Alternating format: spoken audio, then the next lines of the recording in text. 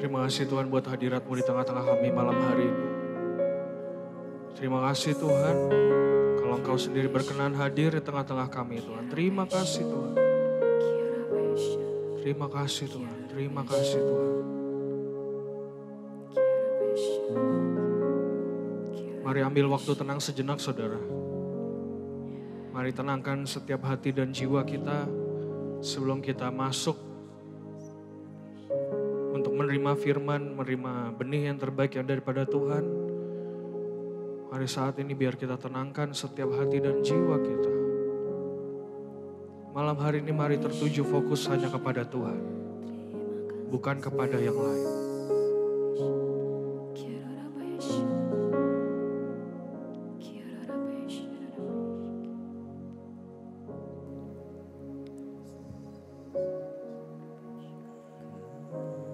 Malam hari ini kami kembali hampiri Engkau Tuhan. Kami letakkan semuanya di bawah kaki-Mu. Hidup kami, apapun Tuhan yang mungkin saat ini menjadi beban bagi setiap kami. Kami letakkan semuanya Tuhan. Dan biar kami malam hari ini dapat duduk Tuhan, bersimpuh di kaki-Mu. Mendengarkan setiap pengajaran yang daripada-Mu Tuhan. Mari limpahi kami dengan segala yang terbaik Tuhan. Kami fokuskan setiap hati kami dan pikiran kami. Setiap jiwa kami hanya kepada-Mu Tuhan. Malam hari ini kami mau ambil momen ini Tuhan. Mengambil waktu ini sejenak ini. Untuk kami benar-benar fokus kepada-Mu Tuhan.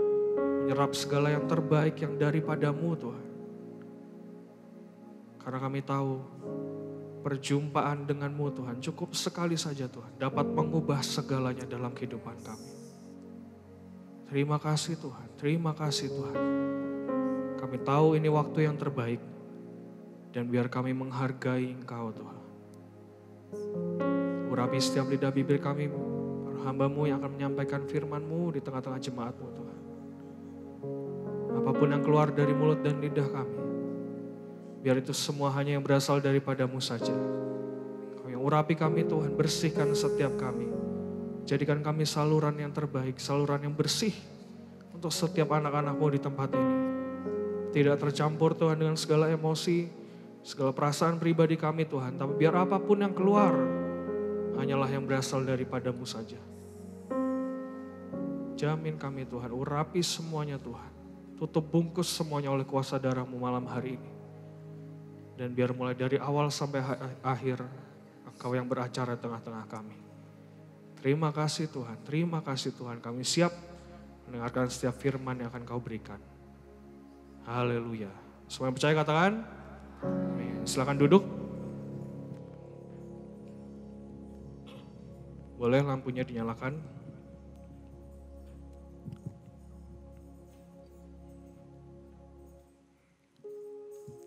Shalom saudara. Shalom. Hari ini kita akan belajar banyak firman Tuhan saudara ya tentang enlarge capacity and God's precision ya. Hari ini saya akan duluan untuk menyampaikan apa yang Tuhan taruh di hati saya. Nanti akan ada Lala, ada Mami Selvi juga yang akan menyampaikan pesan-pesan Tuhan. Saya berharap kita semua benar-benar ambil waktu untuk konsentrasi sejenak, fokus sejenak. Untuk benar-benar menangkap apa yang menjadi bekal kita untuk sepanjang bulan ini ya. Kita tahu tema kita bulan ini adalah apa? Enlarge the capacity and God's precision.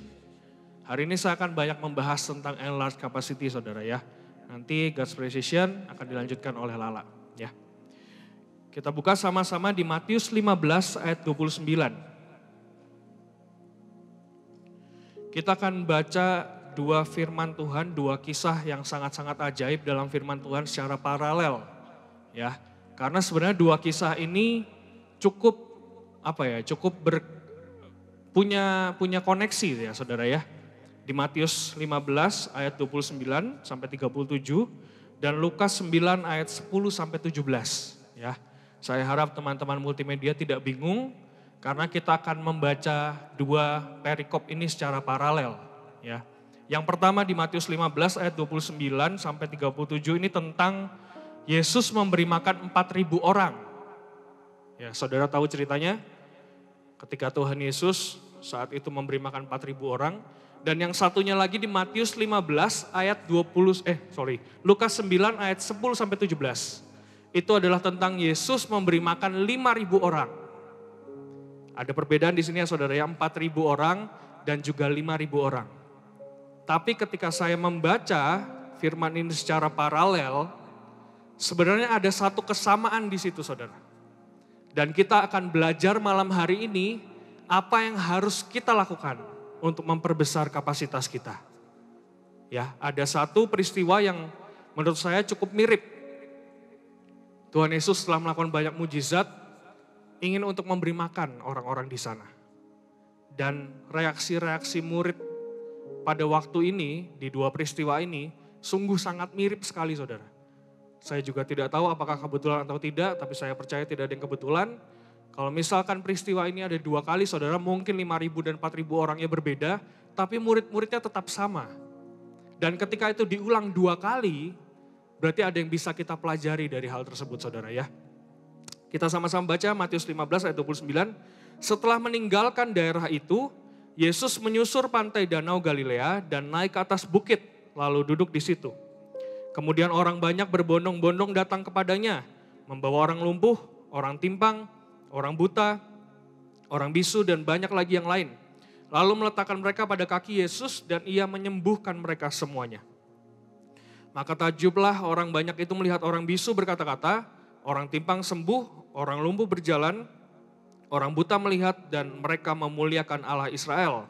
Ayat 32. Lalu Yesus memanggil murid-muridnya dan berkata, hatiku tergerak oleh belas kasihan kepada orang banyak itu. Sudah 3 hari mereka mengikuti aku dan mereka tidak mempunyai makanan. Aku tidak mau menyuruh mereka pulang dengan lapar, nanti mereka pingsan di jalan. Perhatikan saudara, kata murid-muridnya kepadanya, bagaimana di tempat sunyi ini kita mendapat roti untuk mengenyangkan orang banyak yang begitu besar jumlahnya. Saya mau saudara setiap kita memposisikan diri kita sebagai murid Tuhan. Ya, jangan memposisikan diri kita sebagai Tuhan Yesus ya saudara ya. Tapi posisikan hidup kita, apa yang sedang kita alami hari-hari ini sebagai muridnya Tuhan. Dan apa yang harus kita pelajari dari sini. Kita perhatikan respon murid-muridnya ya saudara ya. Ayat 33 tadi berkata, bagaimana di tempat sunyi ini kita mendapat roti untuk mengenyangkan orang banyak yang begitu besar jumlahnya. Bahkan kalau saudara perhatikan di Lukas 9 ayat 12, ini juga terjadi yang sama ya saudara.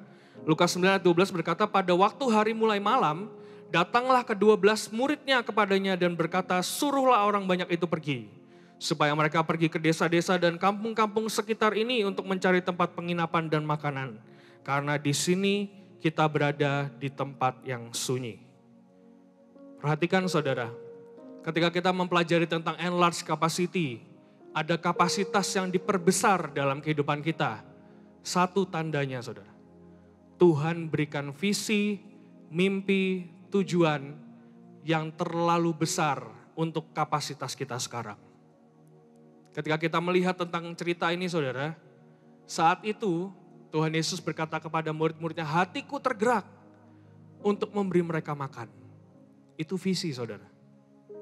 Dan apakah murid-muridnya serta-merta langsung menangkap visi tersebut? Tidak saudara. Yang dikatakan apa? Mereka malah menyuruh orang-orang tersebut pergi. Pertama, yang harus kita pelajari, kalau kita mau kapasitas hidup kita diperbesar, mungkin Tuhan akan berikan visi, misi, tujuan, harapan, apapun yang besar dalam kehidupan kita. Dan mungkin itu sepertinya lebih besar dari hidup kita saat ini. Amin. Tapi seringkali itu membawa ketakutan, betul saudara? Seringkali segala yang di luar kontrol kita, secara naturalnya, apapun yang manusia tidak bisa kontrol, mereka akan takut untuk hal-hal tersebut. Padahal seringkali ketika kita dihadapkan untuk memperbesar kapasitas kita dihadapkan dengan hal-hal yang menakutkan bagi kita. Ada satu pepatah bilang seperti ini saudara, kalau mimpimu tidak besar dan tidak menakutkanmu, itu artinya mimpimu masih terlalu kecil bagimu. Hari ini ketika kita belajar tentang enlarge capacity, punyai mimpi yang besar. Mungkin itu visi yang Tuhan taruh dalam hidupmu dan mungkin engkau gentar untuk menghadapinya. Tapi ketika itu visi yang Tuhan berikan, itu bagianmu saudara. Dan kita akan belajar nanti bagaimana Tuhan benar-benar memimpin semuanya. Sampai mereka sanggup untuk menggenapi semuanya. Lihat, perhatikan ayat yang ke-13, Lukas 9 ayat 13. Jawab Yesus kepada mereka apa? Tetapi ia berkata kepada mereka, kamu harus memberi mereka makan. Saat itu saudara respon Yesus tidak berkata seperti ini saudara, aku akan memberi mereka makan. Tapi saat itu dikatakan apa? Kamu harus memberi mereka makan. Jadi yang harus melakukan untuk memberi mereka makan itu siapa saudara? Murid-murid Tuhan Yesus. Kalau saat itu Yesus berkata, aku akan memberi mereka makan. Murid-murid Tuhan Yesus tidak akan belajar untuk memperbesar kapasitas mereka saudara. Tapi ketika Tuhan berkata, kamu harus memberi mereka makan dengan tanda seru di situ. Itu artinya apa? Itu udah perintah saudara. Bukan ajakan lagi. Dan seringkali kita ini dihadapkan dengan situasi-situasi yang mepet seperti ini saudara. Untuk apa? Mau tidak mau Tuhan paksa kita untuk menjadi besar. Amin. Mau tidak mau Tuhan akan paksa kita untuk memperlebar setiap kapasitas kita. Ketika Tuhan memberikan kamu harus memberi mereka makan. Ada visi yang Tuhan tanamkan dalam setiap hati murid-muridnya. Di situ dikatakan ada paksaan untuk menjadi besar. Meskipun itu menakutkan. Kalau itu Tuhan yang berkata kamu harus memberi mereka makan. Ayo tangkap setiap visi Tuhan. Mungkin besar untuk kita saat ini. Tapi kecil untuk kita nanti saudara. Ketika kita melakukannya bersama dengan Tuhan. Amin. Kita lanjutkan. Jadi yang pertama saudara yang kita pelajari. Ketika kita mau untuk memperbesar kapasitas kita. Pasti Tuhan akan berikan visi, mimpi, tujuan yang mungkin terlalu besar untuk kita saat ini. Tapi jangan takut kalau itu Tuhan yang berikan. Pasti Tuhan yang menyanggupkan ke setiap kita saudara. Pasti kita akan mencapai di titik tersebut. Dan kita akan berkata, Tuhan ada lagi gak yang lebih besar? Amin. Amin. Kita harus punya mental seperti itu saudara. Meskipun sulit, tapi saya percaya murid-murid Tuhan bisa melakukannya, kita juga bisa melakukannya saudara. Ya. Yang kedua yang harus kita pelajari, Matius 15 ayat 34. Sesudah itu kata Yesus kepada mereka, berapa roti ada padamu? Ini waktu yang di 4.000 orang ya saudara ya. Kata Yesus kepada mereka, berapa roti ada padamu? 7. Jawab mereka. Yang ditanya cuma roti saudara. Tapi saat itu murid-muridnya menjawab, dan ada lagi beberapa ikan kecil. Ya. Di Lukas 9 ayat 13. Tadi berkata, kamu harus memberi mereka makan. Mereka menjawab, yang ada pada kami tidak lebih daripada 5 roti dan 2 ikan. Kecuali kalau kami pergi membeli makanan untuk semua orang banyak ini. Ada 2 respon lagi saudara di situ. Dan ini seharusnya menjadi pembelajaran kita yang kedua saudara. Ketika Tuhan berkata apa yang ada padamu. Dia tidak meminta apa yang tidak ada di kita saudara. Tapi seringkali kita ini selalu merasa tidak cukup. Seringkali dalam hati kita terdalam kita selalu berasa, kita selalu ngomong sama Tuhan, selalu berbicara sama Tuhan. Tuhan, I'm not enough. Saya tidak cukup. Di situ dikatakan 7 dan ada lagi beberapa ikan kecil. Udah nyebutkan ikan dan nyebutkan kecil saudara. Mungkin ikan yang besar aja tidak cukup untuk memberi makan 4.000 orang. Tapi saat itu mereka hanya melihat di tangan mereka hanya ada 7 roti dan beberapa ikan yang kecil lagi saudara. Mereka hanya melihat apa yang ada di tangan mereka. Selanjutnya dikatakan yang kedua, yang ada pada kami tidak lebih. Selalu melihat yang namanya kekurangan saudara. Selalu melihat yang namanya aku tidak cukup, aku kurang.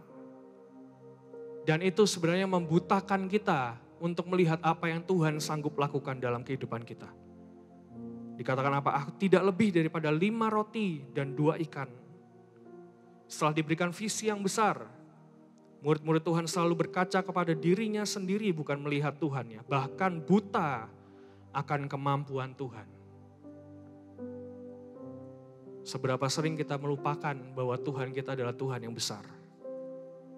Dan seringkali kita selalu menujunya saudara ya. Apa yang kekurangan kita, apa yang tidak kita sanggup lakukan, apa yang tidak bisa kita lakukan. Bukan tentang apa yang Tuhan sanggup untuk lakukan dalam kehidupan kita. Kalau bicara tentang ini saudara, Tuhan itu tidak menghendaki apa yang tidak ada di kita. Tapi Tuhan menghendaki apa yang ada padamu saat ini. Artinya apa? Setiap kita punya bekal saudara. Setiap kita punya modal untuk melakukan hal-hal yang ajaib bersama dengan Tuhan. Tapi seringkali kita ragu dengan diri kita. Bahkan ketika kita ragu dengan diri kita meragukan siapa Tuhan kita. Yang kedua, jangan selalu melihat kekuranganmu saudara. Jangan selalu melihat apa yang mungkin engkau pandang tidak baik dalam hidupmu.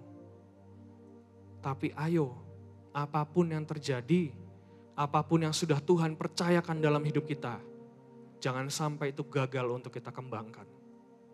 Kemarin saat saya bertemu dengan leader-leader yang lain, kita membahas tentang Matius 25 saudara ya. Perumpamaan tentang hamba-hamba yang diberikan 1 talenta, 2 talenta, dan juga 5 talenta. Saudara tahu ceritanya ya.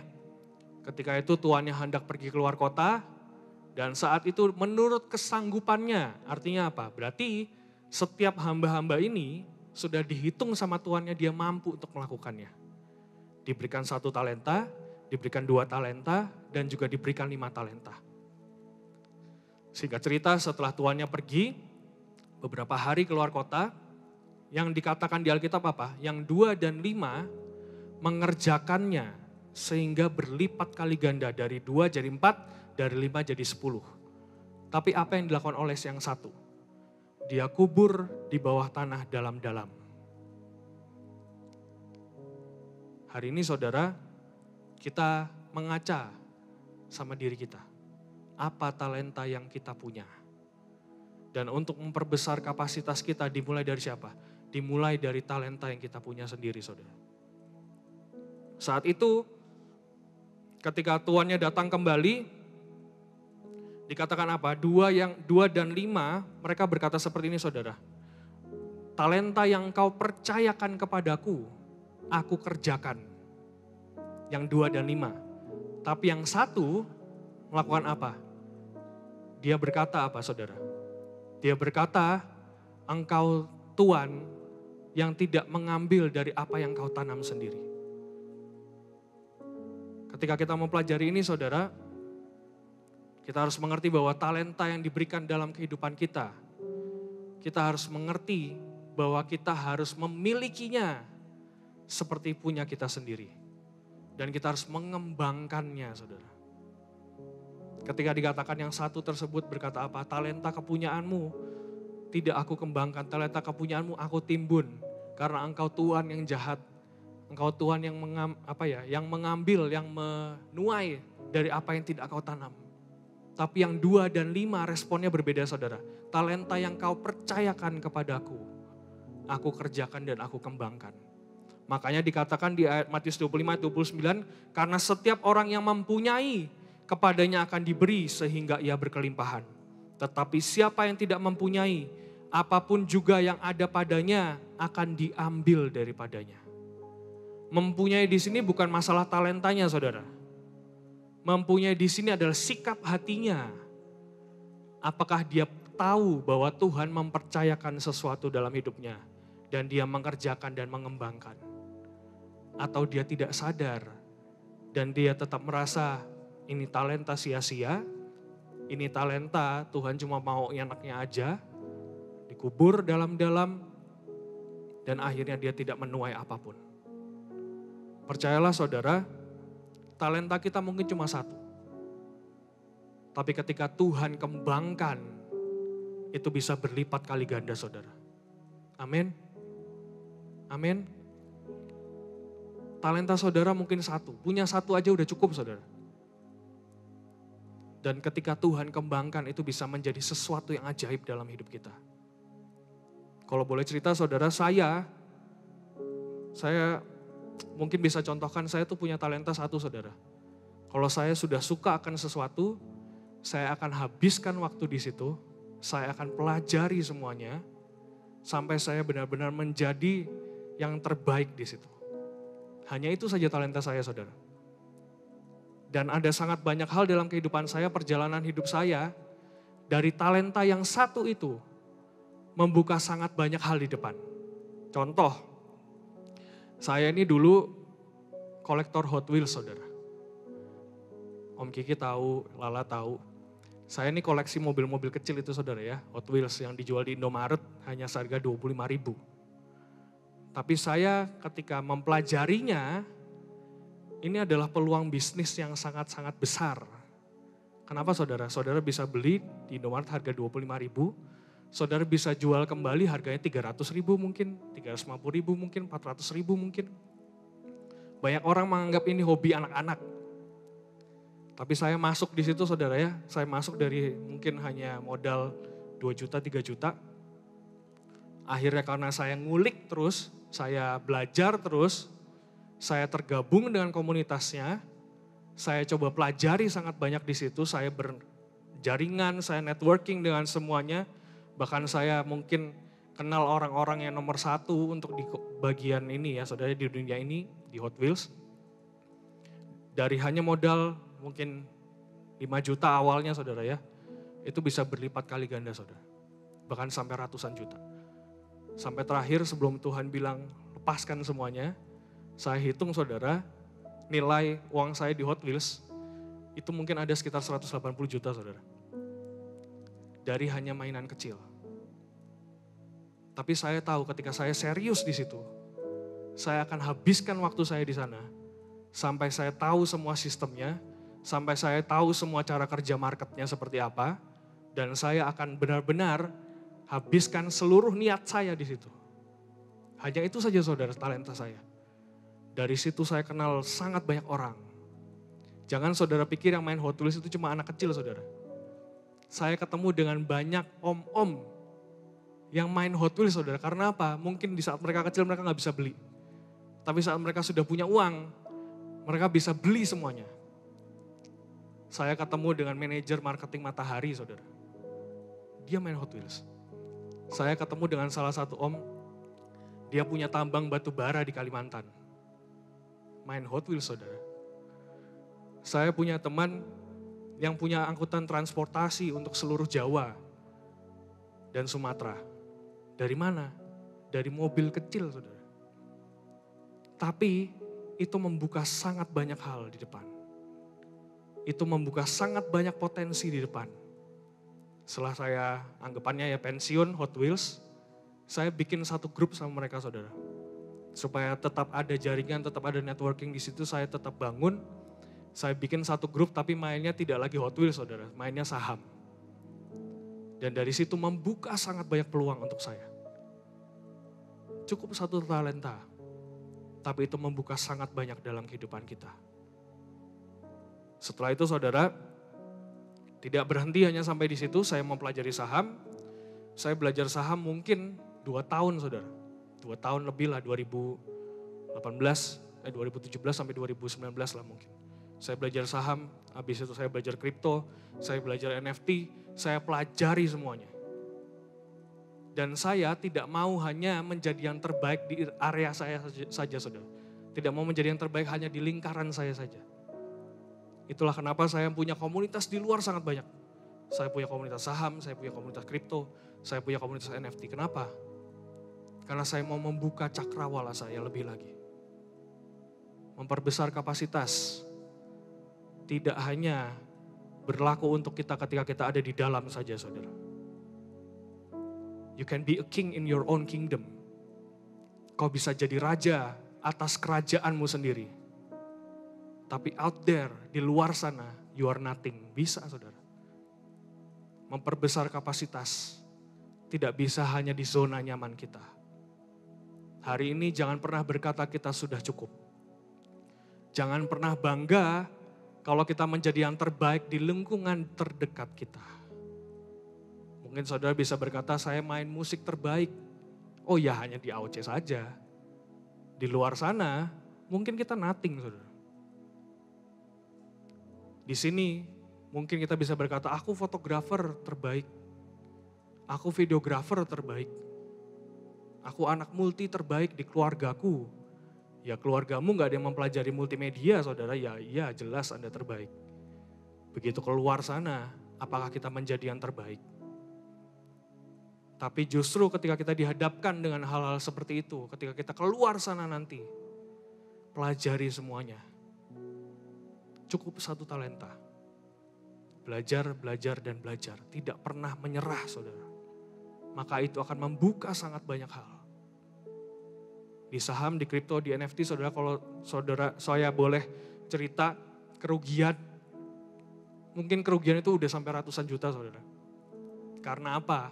Sangat banyak hal yang melibatkan emosi, yang melibatkan saya salah ngambil keputusan, saya salah ngambil langkah. Tapi saya tahu ketika saya melakukan ini, dan saya melakukan ini juga untuk Tuhan. Jujur saudara, ada satu masa di mana saya tuh gak punya duit sama sekali, saudara. Boleh tanya Lala. Tabungan saya mungkin gak ada 10 juta, saudara. Dan di saat itu saya lagi baru mau masuk NFT. Saya doa sama Tuhan, Tuhan kalau boleh kirimkan siapapun lah. Setidaknya kasih aku 100 juta, aku akan lipatkan. Saya berdoa seperti itu, saudara. Kalau boleh Tuhan. Ternyata Tuhan tidak kirim dari mana-mana, saudara. Saya ambil 50% saham saya jual semuanya, nekat saya masukkan semua ke NFT. Dan saat itu, dalam waktu hanya 1 bulan, 2 bulan, portfolio saya grow, saudara. Ini sorry ya, saya ngomong tentang hal-hal yang mungkin tidak rohani, saudara. Portfolio saya yang mungkin setahun cuma nambah 100%, itu aja udah bagus, saudara ya. Dalam waktu 2 bulan, mungkin dalam waktu 3 bulan, portfolio saya nambah berapa? 500%, saudara. Tidak pernah menyerah. Belajar, belajar, dan belajar. Banyak hal yang kekurangan saya itu banyak, saudara. Saya rugi juga banyak. Tapi itu tidak menyurutkan saya untuk terus belajar. Karena saya tahu apa? Itu talenta saya. Nah sekarang pertanyaannya untuk setiap kita, talenta saudara apa? Talenta saudara mungkin untuk menari misalkan, untuk para penari tempat ini.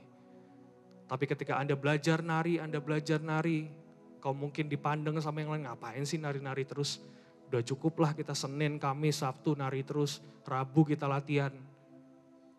Dan begitu saja sudah membuat engkau berhenti, ya kita tidak akan berkembang kemana-mana, saudara.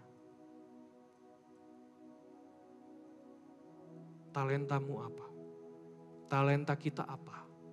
Itu yang Tuhan percayakan dalam hidup kita. Dan kita harus merasa, bukan merasa ya saudara, feel belonging itu apa ya maksudnya? Merasa memiliki itu saudara. Dan kita mengembangkan semuanya. Sampai kita benar-benar bisa berkembang. Kapasitas kita bisa berkembang dan menjadi berkat untuk yang lain. Amin. Lanjut. Matius 15 ayat 35 sampai 36. Lalu Yesus menyuruh orang banyak itu duduk di tanah, sesudah itu ia mengambil 7 roti dan ikan-ikan itu. Mengucap syukur, memecah-mecahkannya dan memberikannya kepada murid-muridnya, lalu murid-muridnya memberikannya pula kepada orang banyak. Ya, Lukas 9 ayat 14 sampai 16. Sebab di situ ada kira-kira 5.000 orang laki-laki, lalu ia berkata kepada murid-muridnya, suruhlah mereka duduk berkelompok-kelompok, kira-kira 50 orang sekelompok. Murid-murid melakukannya dan menyuruh semua orang banyak itu duduk. Dan setelah ia mengambil 5 roti dan 2 ikan itu, ia menengadah ke langit, mengucap berkat lalu memecahkan roti itu. Dan memberikannya kepada murid-muridnya supaya dibagi-bagikannya kepada orang banyak. Saudara, kalau kita baca tentang firman ini, ada sangat banyak interpretasi saudara. Mungkin bisa sesuai dengan pribadi kita masing-masing. Tapi ketika saya membaca firman ini, ada satu hal yang saya tangkap. Yesus melakukan mujizat untuk murid-muridnya. Dan murid-muridnya melakukan mujizat untuk orang banyak. Saat ini ketika kita memposisikan diri kita sebagai murid-murid Tuhan, yang Tuhan percayakan mungkin hanya 7 roti dan ikan-ikan kecil, 5 roti dan 2 ikan. Berikan kembali kepada Yesus. Serahkan kembali kepada Yesus. Dan ketika itu Yesus akan memberikannya kembali kepada kita. Artinya apa saudara? Lakukan semua seperti engkau melakukan untuk Tuhan. Jangan dipotong, jangan dikurangi, tapi berikan yang terbaik.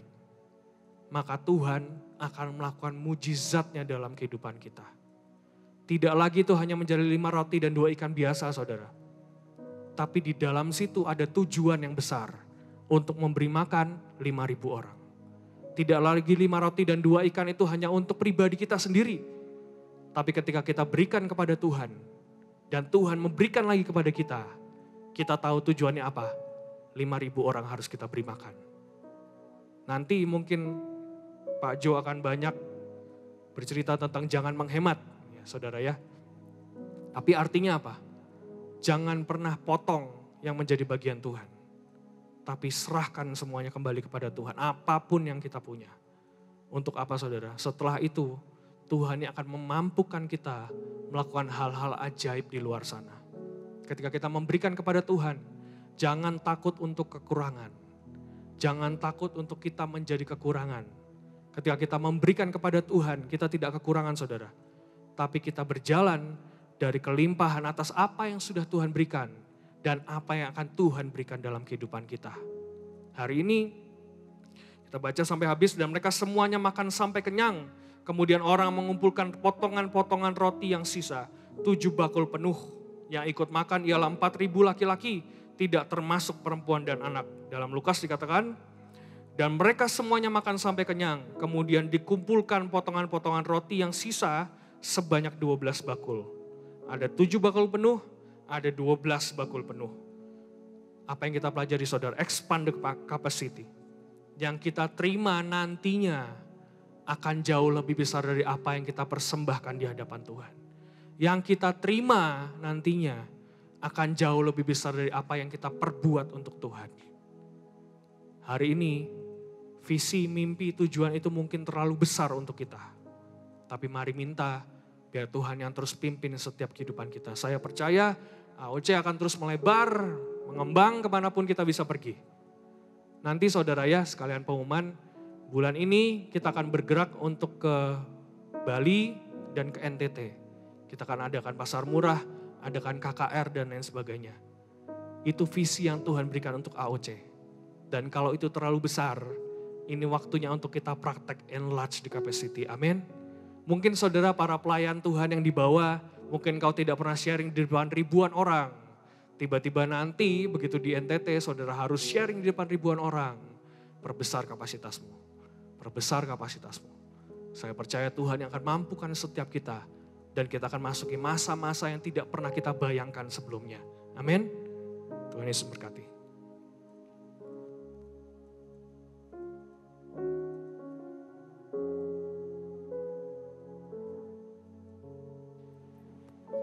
Oke, akan saya lanjutkan. PPT-nya boleh minta tolong ditampilkan.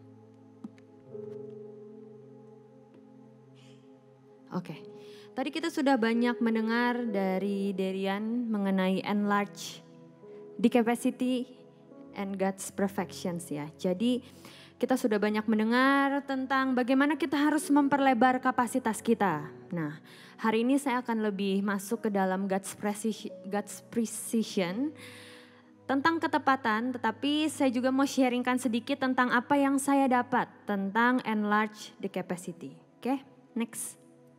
Ya.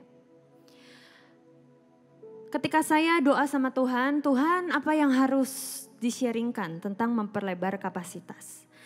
Ketika kita berkata bahwa dan doa kepada Tuhan, Tuhan tolong lebarkan kapasitas kita, kembangkan kapasitas kita. Itu sama seperti ketika kita sudah memutuskan bahwa kita akan masuk ke dalam pekerjaan Tuhan. Ketika kita akan semakin ditarik di luar dari comfort zone kita. Dan semakin kita masuk ke dalam tantangan demi tantangan bersama dengan Tuhan. Terkadang kita suka hal yang mudah, tapi hal yang mudah bukanlah hal yang terbaik. Banyak anak muda, anak-anak milenial sekarang suka hal yang instan. Tapi apakah instan adalah hal yang terbaik? Mie instan aja tidak baik untuk kesehatan kita, banyak yang bilang ya. Hal yang instan bukanlah hal yang baik. Tapi lalui proses dan tantangan bersama dengan Tuhan, kita akan menjadi orang-orang yang lebih dari pemenang. Ketika kita bicara tentang proses, itu seperti proses kupu-kupu, saudara. Secara singkat aja, ketika dari larva ke pompong dan akhirnya menjadi kupu-kupu, ada masanya di mana si kupu-kupu ini harus mengoyakkan semua selubungnya. Dan kekuatan itu yang akan membuat si kupu-kupu ini menjadi kupu-kupu yang sangat kuat. Terbang dengan kecantikannya dan tidak menjadi lemah. Tapi kadang kita berpikir bahwa susah masuk ke dalam proses. Susah masuk ke dalam tekanan, tidak enak.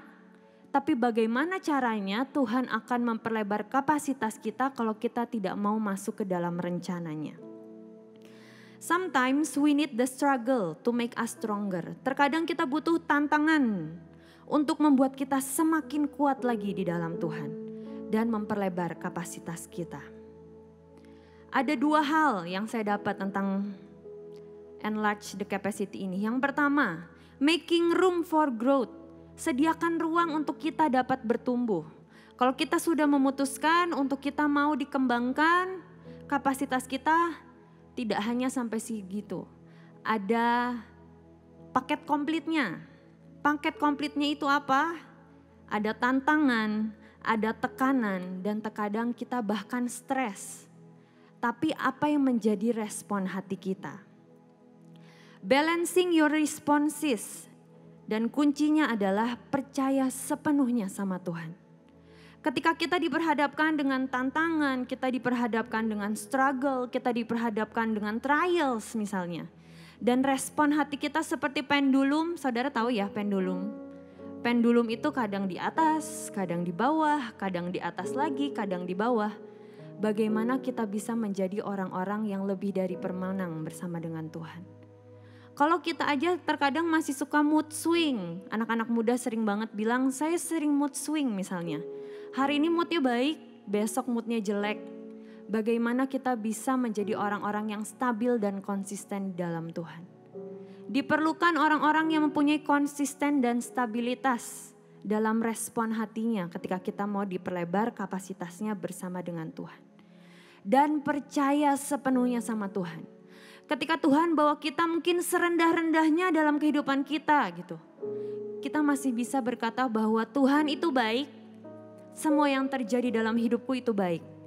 Dan ini adalah jalan di mana Tuhan akan memperlebar kapasitas hidupku di dalam Tuhan. Tetap bersyukur dan tetap percaya bahwa rencananya itu indah dalam hidup kita. Next. Saya mau masuk tentang sebuah tema yang hari ini saya siapkan, yaitu precision ya. Ketepatan. Manusia sering dihadapkan dengan pilihan demi pilihan. Dan Pak Daniel atau Pak Yusak sering berkata mengenai free will ya. Setiap kita itu mempunyai yang namanya keputusan untuk memilih. Banyak pilihan yang disodorkan, tetapi kita diberikan namanya penolong yaitu Roh Kudus. Tapi terkadang hidup kita itu mungkin karena sudah tidak dekat dengan Tuhan misalnya. Kurang baca Alkitab sehingga mungkin terkadang kuping kita tuh budek gitu. Udah dikasih tahu berkali-kali, sudah diberikan tanda berkali-kali, tapi kita tidak mendengar. Dan apa yang kita pilih saudara? Yang kita pilih justru adalah pilihan-pilihan yang aman, pilihan-pilihan yang cocok dengan hidup kita, pilihan-pilihan yang mudah mungkin, dan pada ujungnya ketika itu semua sudah terjadi dan kita lalui, hasilnya tidak sesuai dengan ekspektasi kita. Dan apa yang kita lakukan biasanya kita akan salah dan menyalahkan Tuhan. Padahal itu adalah pilihan kita. Tapi seringkali pilihan diberikan di tangan kita, tapi kalau kita salah memilih, jangan pernah salahkan Tuhan. Karena Tuhan terkadang sudah memberikan Roh Kudus untuk mengingatkan terhadap hidup setiap kita, tetapi kita memilih jalan yang lebih mudah, kita memilih jalan yang lebih aman. Dan kalau kita membalik, kita berkata sama Tuhan, Tuhan, seperti yang Kong Yusak selalu doa, paksakan rencanamu jadi dalam hidupku Tuhan. Dan Tuhan misalnya sudah memaksakan pilihannya dalam hidup kita. Dan biasanya dan hampir selalu pilihan dari Tuhan itu tidak enak untuk hati, jiwa, dan daging kita. Tidak selalu sama dengan apa yang kita inginkan. Bahkan terkadang itu 180 derajat berbeda dengan keinginan kita. Tapi rencananya akan tetap dipaksakan kepada hidup setiap kita. Setiap orang diberikan pilihan. Ada saatnya di mana Tuhan membiarkan kita untuk memilih. Nanti saya mau sharing sedikit juga tentang Lot dan Abraham. Kita juga bisa lihat di mana ada satu titik di mana Tuhan membiarkan untuk mereka berdiskusi dan berbincang-bincang tentang perpisahan untuk daerah mereka tinggal. Tapi Tuhan melihat respon hati dari Abraham. Next. Kita mau lihat dari Kejadian 13 ayat 10 sampai 13. Ya, saya bacakan. Lalu Lot melayangkan pandangnya dan dilihatnyalah bahwa seluruh lembah Yordan banyak airnya. Seperti taman Tuhan, seperti tanah Mesir sampai ke Zoar. Hal itu terjadi sebelum Tuhan memusnahkan Sodom dan Gomora. Sebab itu Lot memilih baginya seluruh lembah Yordan itu. Lalu ia berangkat ke sebelah timur dan mereka berpisah. Abram menetap di tanah Kanaan tetapi Lot menetap di kota-kota lembah Yordan dan berkemah di dekat Sodom. Adapun orang Sodom sangat jahat dan berdosa terhadap Tuhan. Apa yang saya tangkap dari sini saudara? Lot adalah seseorang yang melihat dengan mata jasmani dan ia memilih sesuatu yang baik di matanya. Belum tentu yang sesuatu yang baik di mata kita itu baik di hadapan Tuhan. Belum tentu sesuatu yang nyaman buat kita itu baik di hadapan Tuhan. Dulu saya diajarkan oleh ayah saya ada 3 kategori. Baik, sangat baik, dan terbaik. Terbaik dari yang terbaik. Terkadang Tuhan mengizinkan kita melalui proses, melalui kejatuhan. Untuk apa? Untuk kita belajar, untuk tanya Tuhan lebih lagi. Gak selamanya ketika kita terhimpit, setiap pilihan yang disodorkan kita langsung ambil. Kita punya yang namanya Roh Kudus saudara. Kita harus mengaktifkan Roh Kudus untuk memimpin setiap jalan kehidupan kita. Balik lagi ke Lot. Ia hanya memilih berdasarkan apa yang ada di pikirannya. Ya, Lot itu melihat tanah yang di dekat lembah Yordan ini penampakannya sangat subur, sangat menjanjikan buat keluarganya, buat seluruh ternaknya. Bahkan tertulis hampir sama seperti taman Tuhan. Tapi apa yang terjadi itu hanya sementara aja saudara. Sampai akhirnya Tuhan menghancurkan Sodom dan Gomora. Bahkan ia harus kehilangan semuanya, semua harta bendanya. Dan dia hanya mengambil pakaiannya saja. Dalam sebuah waktu ketika seseorang salah memilih ketepatan, dia harus membayar harga dan resikonya. Mungkin awalnya terlihat baik-baik saja. Tapi pada akhirnya yang tahu hanya Tuhan. Yang tahu hanya Tuhan dan orang itu. Bahwa dia harus menerima segala resiko dan harga yang harus dibayar. Kita lihat next dari 2 Petrus 2 ayat 6 sampai 8. Dan jikalau Allah membinasakan kota Sodom dan Gomora dengan api dan dengan demikian memusnahkannya dan menjadikannya suatu peringatan untuk mereka yang hidup fasik di masa-masa kemudian. Tetapi ia menyelamatkan Lot, orang yang benar, yang terus-menerus menderita oleh cara hidup orang-orang yang tak mengenal hukum dan yang hanya mengikuti hawa nafsu mereka saja. Sebab orang benar ini tinggal di tengah-tengah mereka dan setiap hari melihat dan mendengar perbuatan-perbuatan mereka yang jahat itu, sehingga jiwanya yang benar itu tersiksa.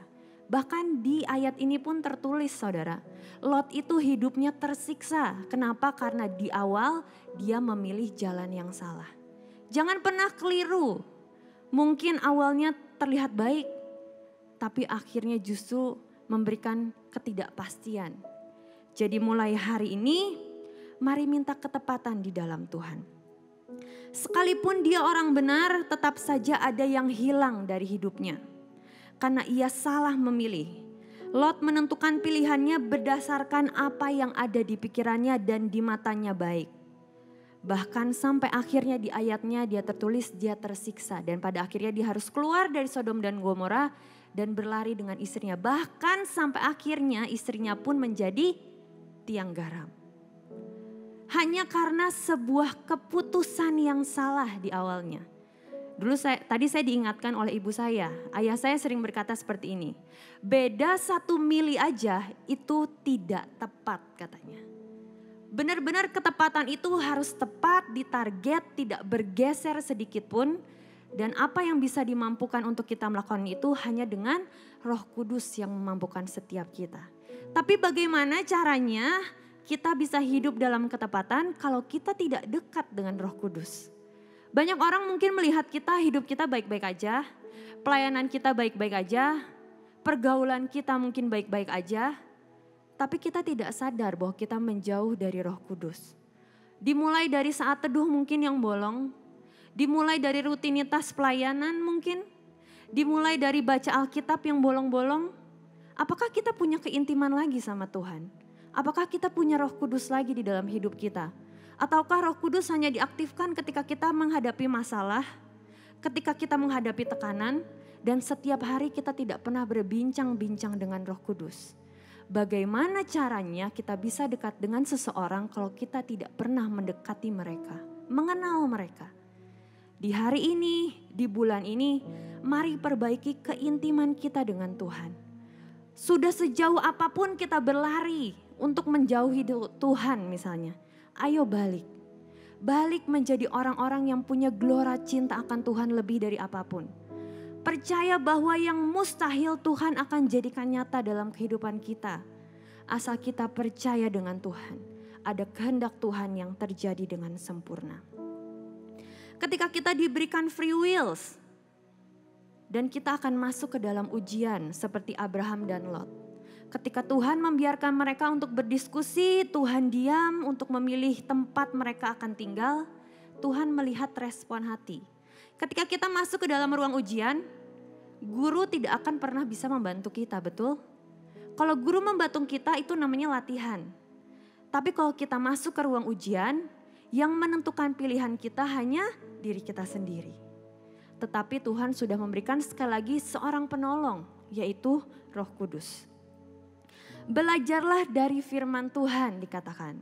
Tapi terkadang hidup kita mau yang super instan, mau yang sudah dicerna. Saya tadi sempat mendengarkan sebuah khotbah saudara. Dia sampai berkata seperti ini. Banyak orang Kristen itu jarang mau mengulik firman katanya. Kenapa? Karena mereka lebih senang dengerin khotbah. Khotbah itu anggapannya makanan yang sudah dikunyah dan tinggal diberikan aja dan didengar dengan baik. Banyak orang maunya instan. Tapi kita sekarang bukanlah bayi katanya. Kita adalah orang-orang yang dewasa di dalam Tuhan.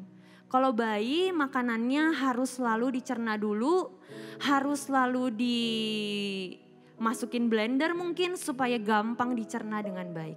Tapi saya percaya kita di sini adalah orang-orang yang sudah dewasa rohani di dalam Tuhan. Mari mulai dari sekarang belajar mendalami firman. Mengulik firman. Biar hidup kita bisa masuk dalam ketepatan bersama dengan Tuhan.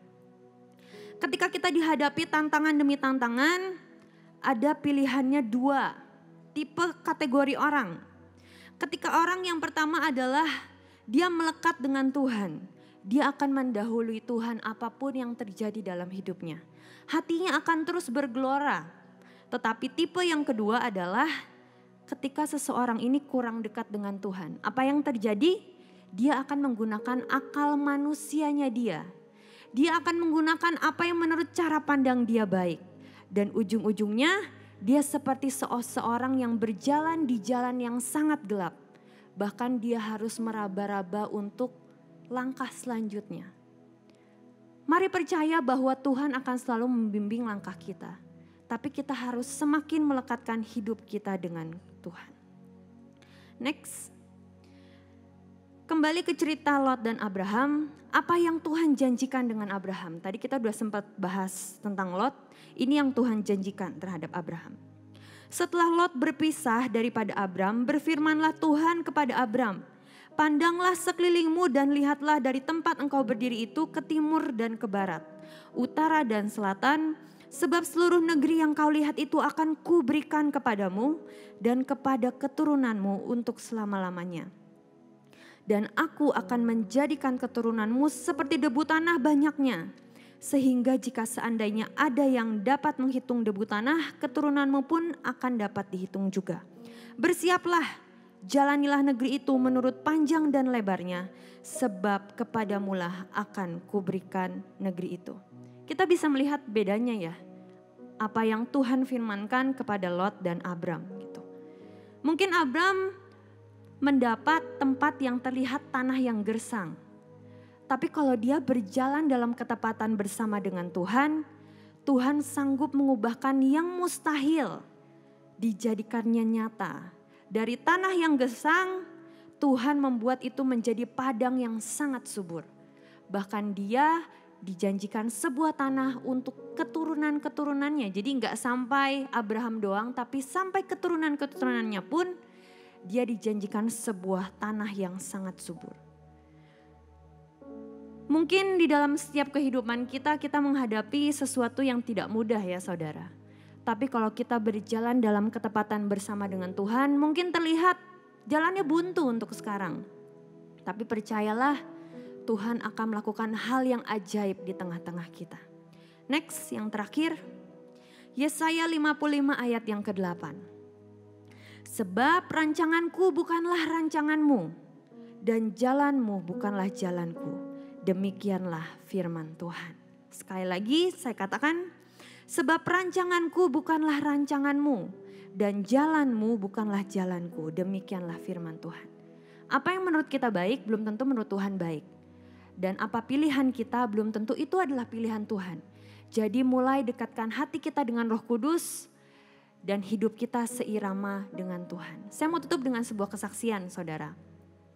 Mungkin saya pernah kesaksian ini beberapa tahun yang lalu ya. Waktu saya dulu kuliah, setelah saya selesai kuliah di Jakarta, itu saya menghadapi dua pilihan yang menurut saya itu adalah pilihan yang sulit buat hidup saya.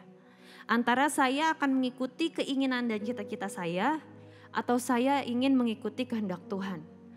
Singkat cerita, setelah saya selesai kuliah 2 tahun di Jakarta, saya itu mendapat dua pilihan. Apakah saya akan melanjutkan kuliah psikolog atau saya melanjutkan kuliah di Singapura, fashion design gitu. Tapi saya ini berpikir, selama 2 tahun saya di Jakarta, banyak tekanan, banyak trials yang membuat saya tuh berkali-kali nangis di hadapan Tuhan gitu.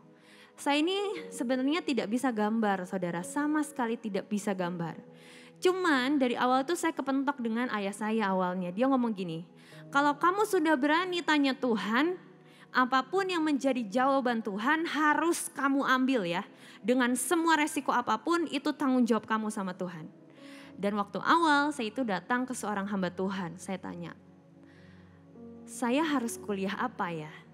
Dan seorang hamba Tuhan ini dengan sangat santai dia ngomong, saya mendapat sebuah penglihatan kamu menggambar di sebuah meja, menggambar sebuah gaun katanya.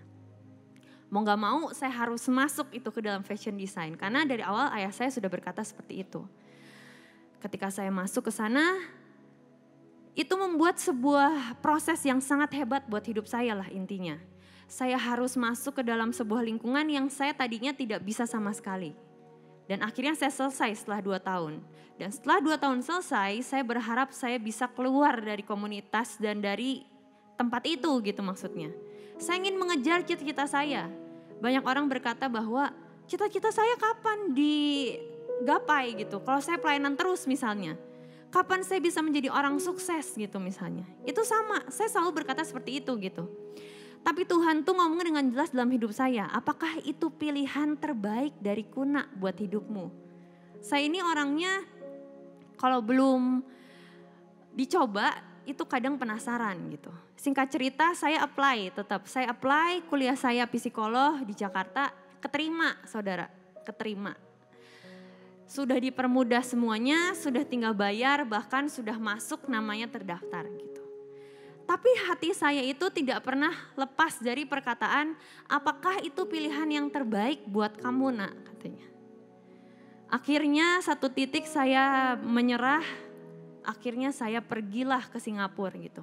Apakah hidup semakin mudah? Tidak sama sekali. Bahkan menurut saya proses hidup saya semakin berat di Singapura. Saya udah pernah sharing juga di tempat ini gitu. Tapi apa yang saya rasakan sampai sekarang saudara? Kalau saya tidak nurut apa yang Tuhan katakan, mungkin saya nggak ada di tempat ini untuk sharing di tempat ini. Saya mungkin menjadi orang yang sangat tertutup, menjadi orang yang sangat minder dan menjadi orang yang sangat takut. Tapi Tuhan bawa sejauh itu penuh dengan tantangan, penuh dengan perjuangan. Dan pada akhirnya bahkan saya bisa memberkati orang lewat setiap jubah yang saya gambar di hari ini. Saya bisa bertemu dengan orang-orang yang mungkin saya tidak pernah bisa temui ketika saya tidak ada di jalan itu. Dan Tuhan bukakan begitu banyak pintu dalam hidup saya. Saya bisa pergi ke Paris, saya bisa pergi ke Amerika, saya bisa pergi kemanapun untuk memberikan fashion show. Kalau saya feedback gitu di hari ini, mungkin jalannya tidak mudah. Tapi kalau kita mau dan kita memilih sebuah pilihan yang tepat bersama Tuhan, Tuhan akan jamin kok semuanya gitu. Walaupun mungkin kita perlu terjatuh gitu, tapi dikatakan di Alkitab, kita tidak akan pernah sampai tergeletak. Karena ada tangannya Tuhan yang tetap menopang hidup setiap kita. Mari percaya bahwa rencana Tuhan itu sempurna. Dan sekali lagi rencana Tuhan itu bukan rencana kita. Kalau kita sudah ngomong sama Tuhan, paksakan rencanamu jadi dalam hidupku. Jangan pernah marah sama Tuhan kalau apa yang menjadi rencananya tidak sesuai dengan ekspektasi kita. Percaya bahwa rencananya itu akan indah pada waktunya. Tuhan Yesus memberkati.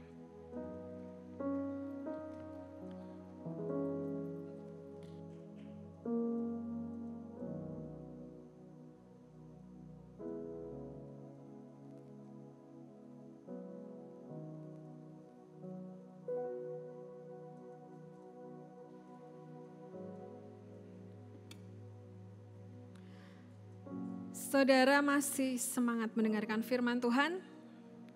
Coba suaranya mana? Oke. Saudara tadi dibagikan beberapa hal, beberapa kunci yang sudah dibagikan. Ya, tadi Lala membagikan. Dia punya satu keinginan untuk dia menjadi seorang psikolog. Tapi di satu sisi Tuhan menginginkan ada sesuatu yang lebih baik yang Tuhan ingin dia lakukan. Saudara, ada 4 poin ya yang saya ingin bagikan pada malam hari ini untuk kita bisa memperluas kapasitas kita ya. Poin pertama adalah mari punya roh yang kuat dan belajar mematikan setiap kedagingan kita. Kalau kita punya roh yang kuat, kita punya hubungan yang baik sama Tuhan. Kita bisa nurut sama Tuhan apapun yang Tuhan rindukan.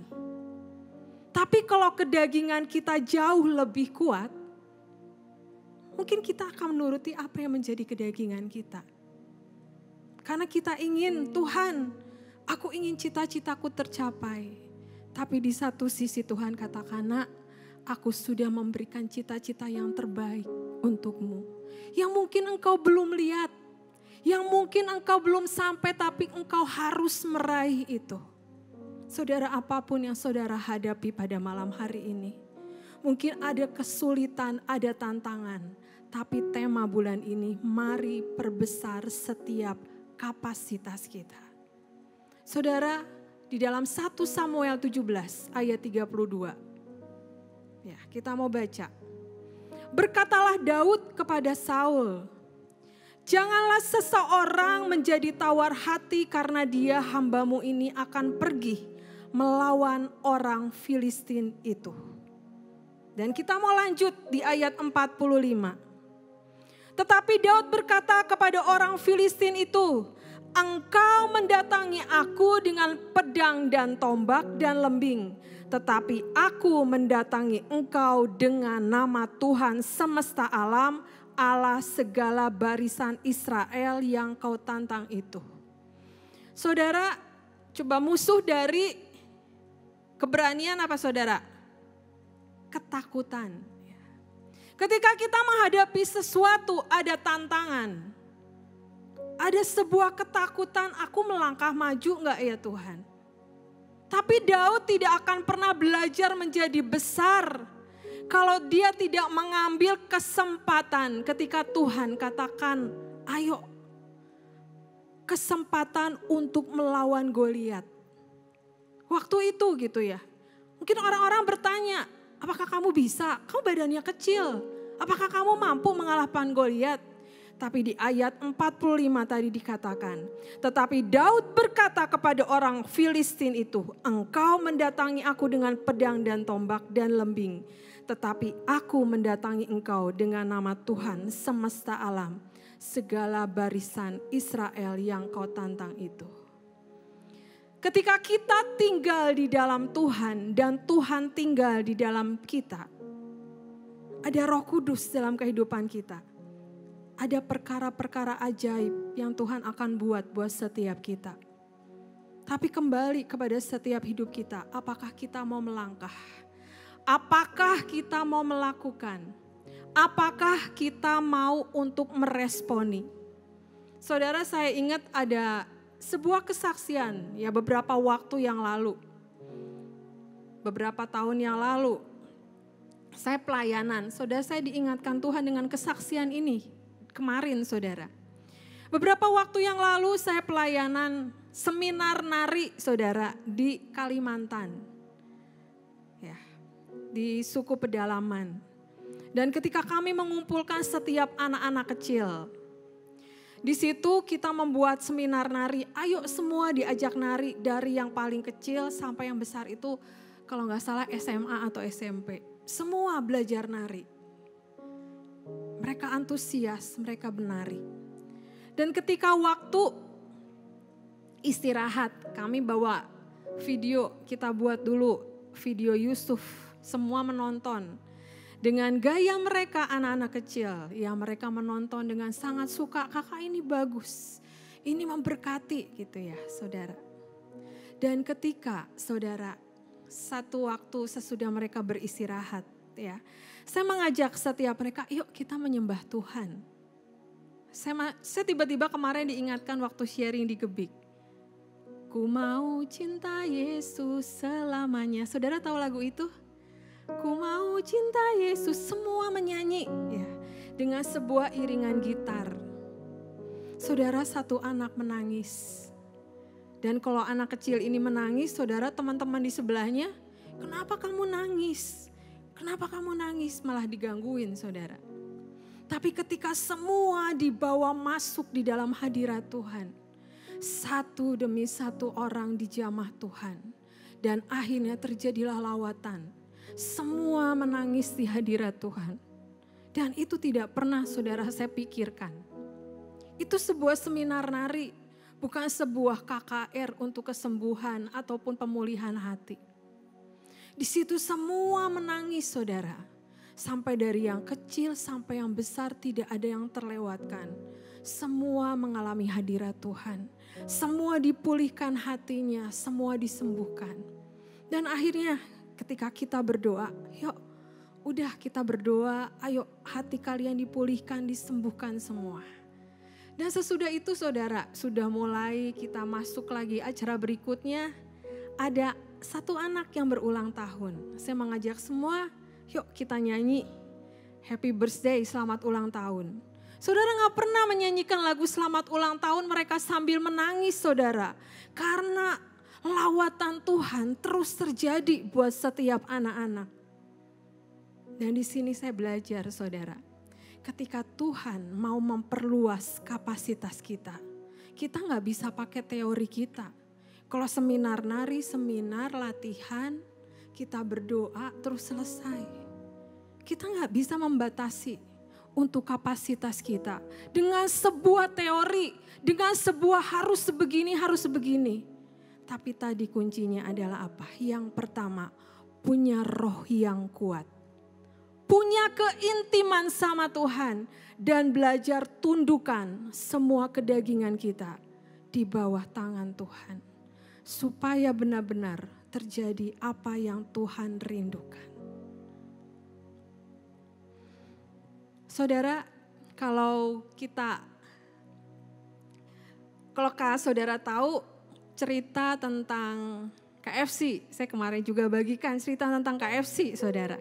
Ya, dia dari usia 6 tahun, Kolonel Sanders ini sudah ditinggal oleh ayahnya. Dia mengasuh adiknya dan ibunya bekerja. Dan ketika dia menjelang dewasa, dia bekerja dengan banyak hal, ya, dari pelayanan asuransi, dia tambal ban, dan dia bekerja sebagai tentara. Tapi dia katakan banyak kegagalan yang terjadi. Dan saudara, ketika dia punya sebuah restoran kecil, mungkin dia membuat sebuah ramuan ayam yang suka kita makan sekarang ini. Saudara, dia mencoba berapa kali? Saudara, ada yang tahu? 1000 kali dia mencoba menawarkan resep itu kepada orang-orang lain. Dan tidak ada yang mau membeli. Tapi kalau saudara tahu sekarang, ada berapa ribu gerai yang sudah KFC ada di mana-mana. Karena apa? Karena belajar mau melangkah. Mungkin 1-2 kali, 3 kali, 10 kali lah kita nyerah. Tuhan, aku gak sanggup, aku gak bisa. Tapi buat apa ada tema selalu di AOC, never give up. Bukan hanya di pikiran kita, tapi mari masuk ke hati kita. Kalau Tuhan mau memperbesar kapasitas kita, seolah-olah kita sedang ditarik sama Tuhan. Tapi ingat, Tuhan tidak pernah melakukan melebihi kepada kita, melebihi kekuatan kita. Itu yang saudara harus tangkap.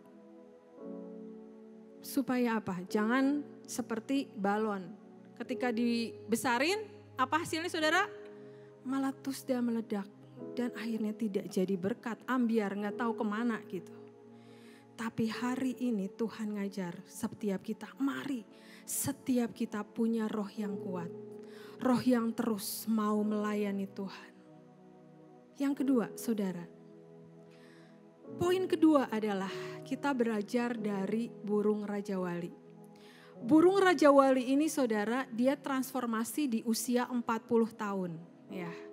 Ketika usia 40 tahun ini dia harus belajar untuk mengganti setiap bulunya, mencabut setiap kukunya, dan separuhnya yang sudah mulai bengkok. Dia tidak bisa lagi untuk mungkin makan yang baik. Dan dia naik ke sebuah puncak yang sangat tinggi. Disitulah dia mengasah paruhnya. Disitulah dia mencabut kukunya dan mencabut bulunya. Raja Wali juga saudara punya pilihan. Untuk dia naik ke tempat tinggi atau dia mau seperti itu saja dan lama-lama dia akan menjadi mati. Poin kedua adalah mari tetap cari Tuhan. Apapun yang saudara alami, ketika Tuhan mau kita memperbesar kapasitas kita, terus pandang Tuhan dan kejar Tuhan. Saudara mungkin berkata gini, aku biasa-biasa aja. Aku mungkin belum pelayanan, aku hanya jemaat. Saudara, saya punya kesaksian saudara. Ada seorang ibu yang hanya di rumah tangga saudara. Tapi dia belajar untuk menjadi berkat dengan lewat masakan yang dia buat. Dia belajar dari makanan ringan saudara dia bagi-bagikan. Dan hari ini dia bisa membagikan kepada banyak orang lewat keahlian dia memasak. Apa talenta yang Tuhan simpan dalam kehidupan kita? Mari saudara kembangkan itu. Dan jadi berkat dimanapun kita berada. Kita menjadi Yusufnya Tuhan di akhir zaman ini. Ya walaupun mungkin tidak dilihat orang. Tapi yang Tuhan mau terjadi buat setiap kita. Makanya temanya berurutan saudara. Jadi dampak ya. Jadi dampak kita menjadi berkat dimanapun kita berada. rendah hati dan lemah lembut. Bulan ini adalah benar-benar kita memperluas kapasitas kita. Dan ketika kita dipakai Tuhan dengan caranya yang ajaib, ingat kita harus tetap rendah hati dan fleksibel di hadapan Tuhan. Semua bukan karena kita, tetapi ketika kita bisa dipakai Tuhan, itu adalah karena Tuhan ada tinggal di dalam kita. Saudara, Pak Daniel ya selalu berkata, ada videonya ya, dikatakan apa? Pada waktu wadah siap, berkat akan Tuhan curahkan buat setiap kita dan tidak akan ditunda. Dia katakan itu, saudara. Mari hidup benar-benar dalam ketepatan dan lakukan dengan tepat. Dan ketika kita dipercayakan dalam hal-hal yang kecil, kita pun akan dipercayakan Tuhan dalam hal-hal yang besar. Dia berkata, gak ada yang bisa kita lakukan, semua bisa. Karena apa? Ada Roh Kudus dalam kehidupan kita yang menuntun setiap langkah kehidupan kita. Mungkin kita kadang berkata, saya juga, mana aku bisa ini, masa aku bisa gitu ya. Tapi Tuhan selalu berkata, nak, mari melangkah dan lakukan apa yang Tuhan mau. Roh penurutan akan Tuhan, mari ada dalam kehidupan kita. Jangan kita memperbesar apa yang kita, kalau ini begini jadi begini, kalau ini begini gak akan pernah selesai, saudara. Dulu juga saya gitu, tapi Pak Daniel selalu katakan, ayo coba aja kamu tuh melangkah. Nanti demikian kamu melangkah, Tuhan akan buka jalan. Kadang kita maunya Tuhan buka jalan dulu baru kita melangkah. Tapi ayo responi apa yang Tuhan mau terjadi dalam kehidupan kita. Ya, poin ketiga. Tadi poin pertama apa, saudara? Punya roh yang kuat ya. Poin kedua tadi adalah naik ke tempat tinggi. Poin ketiga adalah jangan menjadi kecewa. Ya. Dikatakan di dalam 1 Samuel 17 ayat 28. Ketika Eliab, kakaknya yang tertua, mendengar perkataan Daud kepada orang-orang itu. Bisa ditampilkan? Iya. Bangkitlah amarah Eliab kepada Daud sambil berkata, mengapa engkau datang?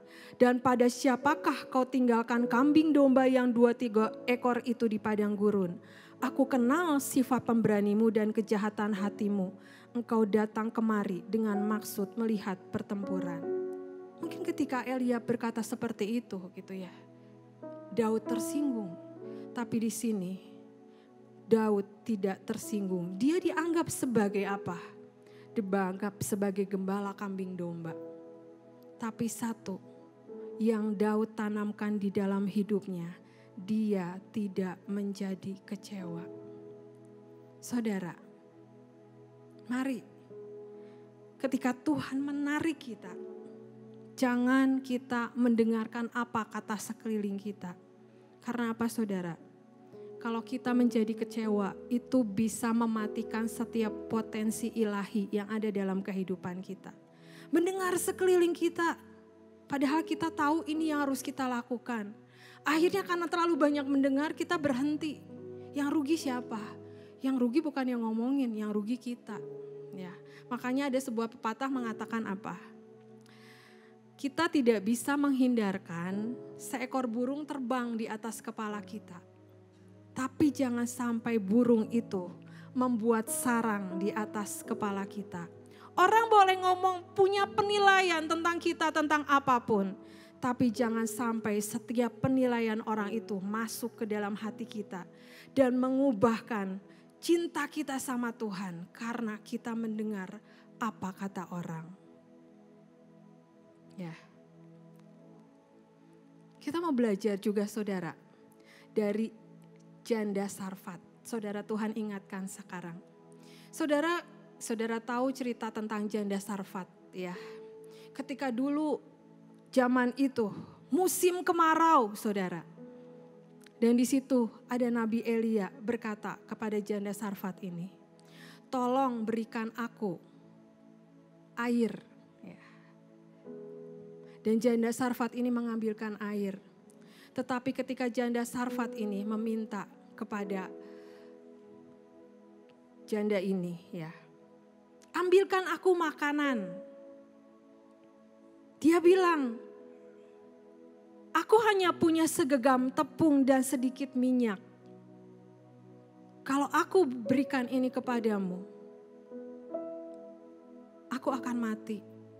Karena sebentar aku akan pulang ke rumah.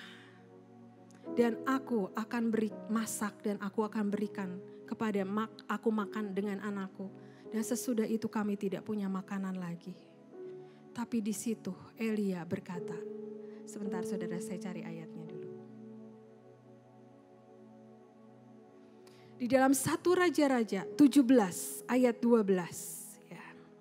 Perempuan itu menjawab, demi Tuhan Allahmu yang hidup, sesungguhnya tidak ada roti padaku sedikit pun kecuali segenggam tepung dalam tempayan dan sedikit minyak dalam buli-buli. Dan sekarang aku sedang mengumpulkan 2-3 potong kayu api, kemudian aku mau pulang dan mengolahnya bagiku dan bagi anakku. Dan setelah kami memakannya maka kami akan mati. Tetapi Elia berkata kepadanya, janganlah takut. Pulanglah, buatlah seperti yang kau katakan. Tetapi buatlah lebih dahulu bagiku sepotong roti bundar daripadanya. Dan bawalah kepadaku, kemudian barulah kau buat bagimu dan bagi anakmu. Ayat selanjutnya, sebab beginilah firman Tuhan Allah Israel. Tepung dalam tempayan itu tidak akan habis. Dan minyak dalam buli-buli itu pun tidak akan berkurang. Sampai pada waktu Tuhan memberi hujan ke atas muka bumi. Lalu pergilah perempuan itu dan berbuat seperti yang dikatakan Elia. Maka perempuan itu dan dia serta anak perempuan itu mendapat makan beberapa waktu lamanya. Saudara, di sini dibagikan apa? Kalau saudara mendapat sesuatu dari Tuhan, mari percaya lakukan. Maka Tuhan akan buat mujizat. Mujizat masih terjadi saudara sampai saat ini. Bukan hanya dulu, Tuhan bisa memakai kita dengan caranya yang ajaib. Tapi kuncinya adalah mari percaya sama Tuhan. Bahwa apapun yang Tuhan lakukan buat kehidupan kita, itu adalah yang terbaik. Janda Sarfat ini punya buli-buli yang terus diberikan. Terus diberikan, diisi. Mungkin kalau dia bilang ini, janganlah, aku gak percaya gitu. Ceritanya jadi lain saudara. Tapi kembali kepada setiap kita. Berapa buli-buli yang kita mau bawa kepada Tuhan. Dan kita mau Tuhan penuhkan. Kita punya berapa? Kita mau Tuhan penuhkan. Jangan sampai kita membatasi cara kerja Tuhan. Mungkin punya 100, punya 200, punya 500 kemarin Jo bagikan gitu ya. Apakah itu yang akan kita berikan? Ataupun kita mau terus berikan, aku berikan hidupku sepenuhnya ke dalam tangan Tuhan. Mari Tuhan pakai hidupku maksimal. Walaupun aku mungkin belum lihat jalannya. Tetapi ketika Tuhan menuntun setiap langkah kehidupan kita. Kita responi dan Tuhan akan buka jalan. Mari saudara kita mau bangkit berdiri. Kita mau nyanyikan lagu Aku Punya Tuhan Yang Besar. Biarlah lagu ini kita mau nyanyikan sungguh keluar dari hidup kita. Bahwa di dalam Dia tidak ada yang mustahil. Tuhan bisa pakai setiap kita dengan caranya yang ajaib. Asal kita tetap percaya. Kita punya roh yang kuat di dalam Tuhan. Dan mari matikan setiap kedagingan kita. Ketika Tuhan memilih sesuatu, mari belajar tunduk dengan apa yang menjadi kerinduan Tuhan. Dan mari naik terus tinggi ke tempat tinggi. Fokus dan utamakan Tuhan. Dan belajar untuk tidak menjadi kecewa. Ada tantangan di depan kita. Ada mungkin penghalang di depan kita. Tetapi kita mau katakan kepada diri kita.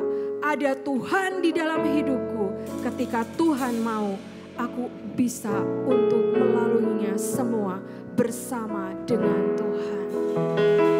Aku yang Saudara mari nyanyikan lagu ini keluar dari yang hidupmu. telah Buang semua berjanji keraguan-keraguan dalam hidupmu. Karena Tuhan sanggup memakai saudara dengan caranya yang ajaib. Kalau mungkin saudara berkata, siapa aku ini Tuhan? Tuhan akan pakai setiap kita. Kita yang punya hati yang tulus dan hati yang terus mencari Tuhan.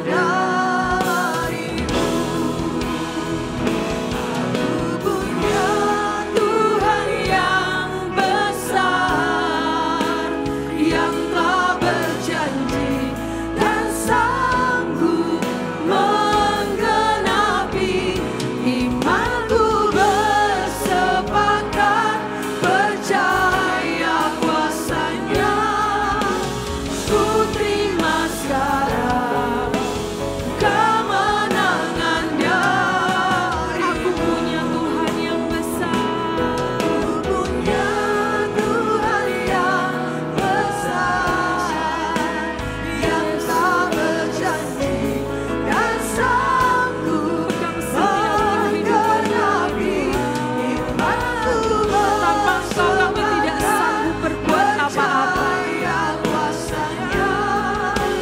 Ku terima sekarang kemenangan darimu. Aku punya Tuhan yang besar.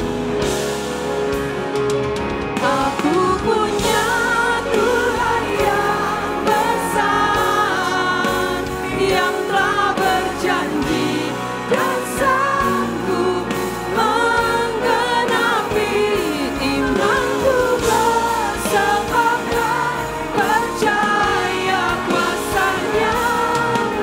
Ku terima sekarang kemenangan darimu. Saudara, biar tidak hanya menyanyi, tapi mari keluar dari hati kita bahwa kita punya Tuhan yang besar. Bukan hanya sekedar nyanyi, saudara, tapi kita punya Tuhan yang besar, yang sanggup melakukan banyak hal. Tapi Tuhan menginginkan setiap kita, mari nak percaya apa yang aku lakukan dalam hidupmu, bahwa setiap rencanaku adalah rencana yang terbaik, bukan rancangan kegagalan, bukan rancangan untuk supaya kita tidak berhasil, tapi ada pembentukan, ada proses, mungkin ada tantangan yang Tuhan rindukan setiap kita. Next level terjadi buat setiap kita ketika kita dipercayakan dalam hal-hal kecil. Tuhan juga akan mengangkat kita, dipercayakan dalam hal-hal yang besar. Jangan kita menjadi kecewa dengan apapun, tapi belajar setiap masalah berubah menjadi sebuah kesempatan di mana Tuhan mengajar kita untuk terus mau next level di dalam Tuhan. Saudara, ketika kita naik kelas sekolah, ada ujian, ada banyak hal yang dihadapi. Kalau kita dulu sekolah bisa melaluinya ataupun yang sekarang sekolah, mari tangkap yang ilahi malam ini yang daripada Tuhan. Mari katakan dengan hatimu dengan kuat bahwa aku punya Tuhan yang besar. Aku punya Tuhan yang besar. Yesus, mari lawan setiap kami pada malam hari ini. Jangan ada yang terlewat pada malam hari ini. Iman kepercayaan kami pada hari ini dibangkitkan. Yang lemah dikuatkan. Yang merasa tidak berarti. Hari ini mari bangkit. Engkau punya Tuhan yang besar. Aku punya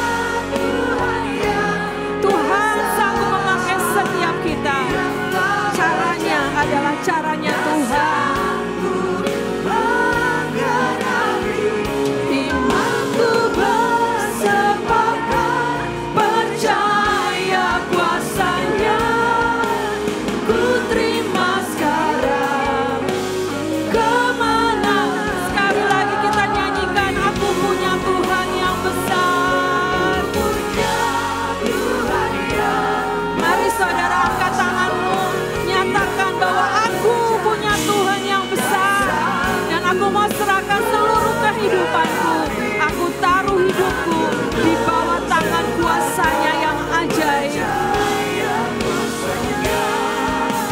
Ku terima sekarang kemenangan dan ku terima sekarang kemenangan. Ku terima sekarang kemenangan dari ku terima sekarang. Ku terima sekarang kemenangan darimu. Terima kasih Tuhan buat firman yang Engkau bagikan pada malam hari ini. Kami tahu bagian setiap kami adalah kemenangan demi kemenangan dalam kehidupan kami. Terima kasih Bapa. Kami mengucap syukur biar segala puji, hormat dan kemuliaan hanya bagi-Mu. Dalam nama Yesus kami berdoa dan mengucap syukur. Mari sama-sama katakan amin.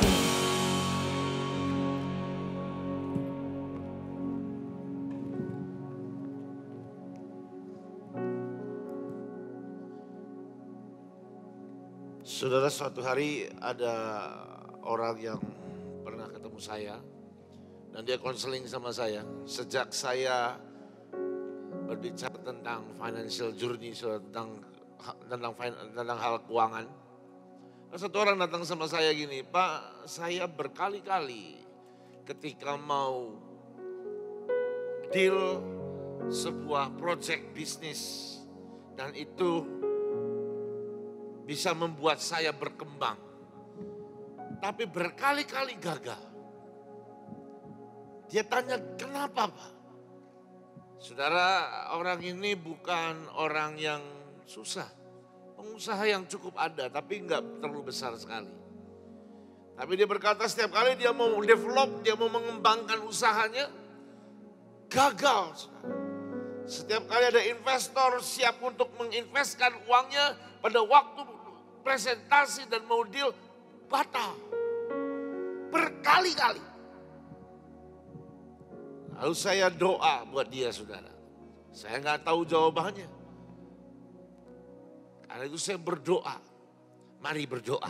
Saya kalau terima konseling, kalau saya ajak berdoa, artinya saya nggak ngerti jawabannya apa. Saya pikir saya hanya berdoa lalu tinggalkan gitu aja.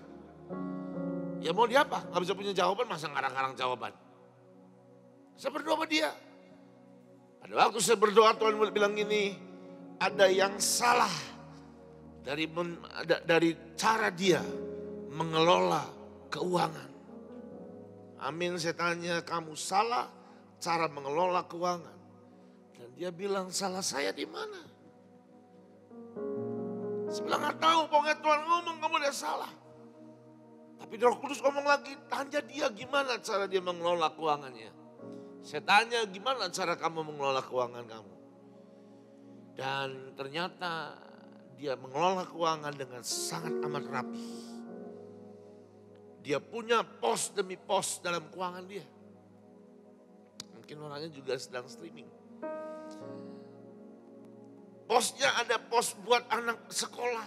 Pos buat kebutuhan sehari-hari. Pos buat untuk persembahan. Pos buat untuk nabung. Semua sudah detail, saudara. Bahkan kebutuhan sehari-hari sudah ada, saudara. Untuk bayar listrik, untuk bayar pembantu, semua rapi. Dan dia jelaskan caranya. Saya pikir tidak ada yang salah. Saya tanya lagi Tuhan dalam hati pada waktu dia ngomong, Tuhan, dia ngelola keuangan dengan begitu sangat rapi. Dan buat saya justru ini sangat baik. Saya tanya Tuhan lagi, Roh Kudus bilang gini, aku berkali-kali bicara sama dia, ambil uang sejumlah sekian, taruh di altar Tuhan. Ambil uang sejumlah ini, persembahkan ke pelayanan ini. Apa yang dia buat, saudara? Dia tidak berani lakukan sesuai dengan jumlah yang Tuhan minta. Saya ngomong seperti ini, Tuhan berkali-kali bicara sama kamu. Dan kamu tahu itu dari Tuhan. Tapi kamu tidak berani melangkah dan mempersembahkan apa yang Tuhan minta. Jawaban dia apa saudara? Dia ngaku yes. Karena kalau aku beri, merusak semua tatanan keuangan rumah tangga saya. Dan saudara tahu saudara? Ini artinya dia adalah orang yang kaku. Saudara, bulan ini tadi sudah dibagikan tentang enlarge your capacity. Memperluas kapasitasmu. Saudara, kalau Anda seperti tali rafia, Anda tahu kan? Anda tarik, apa yang akan terjadi? Putus. Tali apa lagi? Tali apapun ditarik gak akan bisa lebih panjang. Tapi ada tali yang ditarik bisa memanjang. Yaitu apa saudara? Karet. Yang terbuat dari bahan karet. Kenapa saudara? Karena fleksibel, elastis. Saudara, kalau Anda mau keuanganmu, engkau mau melihat keuanganmu diperluas Tuhan, be flexible. Jadilah fleksibel. Ketika Tuhan minta sesuatu, engkau harus berani korbankan. Tanpa engkau bilang, ini akan mengganggu keuanganku bulan ini. Mari saya beritahu saudara, kalau engkau kaku, engkau tidak akan pernah bisa mengembang. Dan Tuhan tidak mau mengembangkan setiap wilayah keuanganmu. Kenapa? Karena Tuhan baik sama Anda. Kalau dia tarik terus, maka itu akan robek. Akan putus. Karena Tuhan diamkan. Tapi kalau engkau fleksibel saudara, dia akan tarik sampai batas yang dia tahu cukup. Tapi yang pasti, engkau akan mengembang. Sudah saya sampaikan ini. 2 bulan yang lalu saya ketemu orang ini. Beberapa minggu yang lalu saudara, dia berkata, aku bertobat. Hari ini, hari ini. 2 minggu baru telepon saya 2 minggu lalu. Dia berkata, saya dapat kontrak investasi dari luar negeri dengan jumlah yang besar. Dan hari-hari ini dia sedang develop, dia punya usaha. Dia mengembangkan usahanya ke kanan ke kiri, melebar. Kalau Anda mau lihat setiap wilayah keuangan ditarik Tuhan dan diperluas, jangan kaku. Jangan jadi orang yang kaku. Karena kalau kau kaku, ditarik, putus. Sekarang lihat hatimu. Apakah engkau kaku apa enggak? Sekarang tanya Tuhan. Berapa yang engkau mau persembahkan di hadapan Tuhan? Suatu tempat ini saya akan banyak bergerak. Bulan ini kita akan ikut tergabung untuk pergi ke Bali. Untuk pelayanan. Itu butuh dana saudara. Dan bulan ini juga kita akan pergi ke NTT untuk KKR. Sekitar 3.000 orang. Lebih saudara, karena 2 hari. Semua perlu dana. Dan hari ini belajar tanya Tuhan. Kalau tiba-tiba dalam hatimu Tuhan bicara, beri sesuatu jumlah yang mungkin akan mengganggu keuangan rumah tanggamu. Itu ujiannya. Apakah kau bisa fleksibel atau enggak? Saudara, mungkin Tuhan tidak bicara berikan semua yang kau punya. Seperti anak kecil yang melihat kejadian 5 roti 2 ikan menjadi lebihnya 12 bakul untuk makan 5.000 orang lebih, saudara. Yang dia beri semuanya, mungkin hari ini Tuhan tidak bicara berikan semuanya. Tapi dia bicara mungkin sebuah jumlah yang di luar akalmu. Tapi dia tidak pernah minta yang tidak ada padamu. Tapi dia minta apa yang ada Tuhanmu sebentar, tanya Tuhan. Berdoa. Jangan keluarkan dompetmu yang di rumah yang streaming. Jangan buru-buru transfer, nanti tunggu. Kasih waktu untuk Tuhan bicara. Berapa yang engkau mau persembahkan kepada Tuhan. Saudara, ketika engkau mempersembahkan talimu ke Tuhan. Dan talimu itu akan diperpanjang Tuhan. Sama seperti anak kecil mempersembahkan 5 roti dan 2 ikannya itu akan berlebih sampai 12 bakul. Dan bisa memberi makan 5.000 orang. Hari ini berapa yang Tuhan minta? Kalau dia bilang dan bicara untuk meminta itu, berikan saudara. Artinya itu jumlah yang Tuhan mau kembangkan, Tuhan mau perpanjang, Tuhan mau perlebar, Tuhan mau multiplikasikan, berlipat gandakan. Kiarata kaya syatakarab. Inama satakarab, tanya Tuhan sejenak saudara. Tanya Tuhan berapa. Ya Tuhan. Ya Tuhan.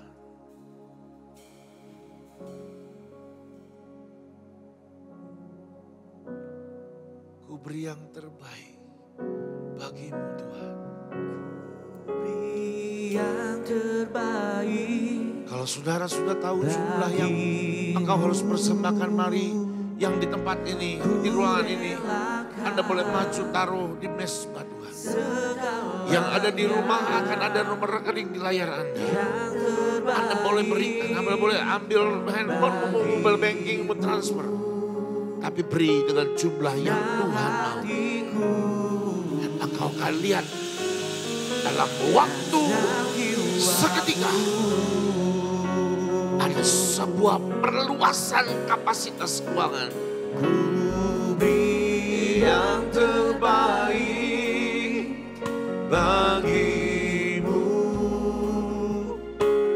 Ku relakan segalanya.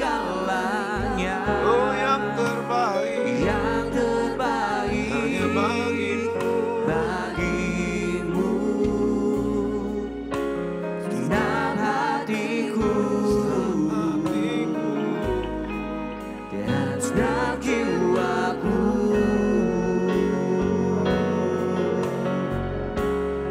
Yes, God.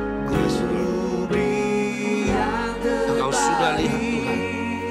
Setiap benih-benih yang sudah ditaruh di mesbah-mesbahmu ini Tuhan. Di mesbahmu ini Tuhan. Dan biar benih-benih ini Engkau yang akan memberikan pertumbuhan. Bahkan Engkau memberikan multiplikasi pada setiap tangan-tangan yang sudah menaruh benihnya. Maka didapatilah setiap yang menabur dengan hati yang benar akan menerima berlipat kali ganda di dalam nama Tuhan Yesus.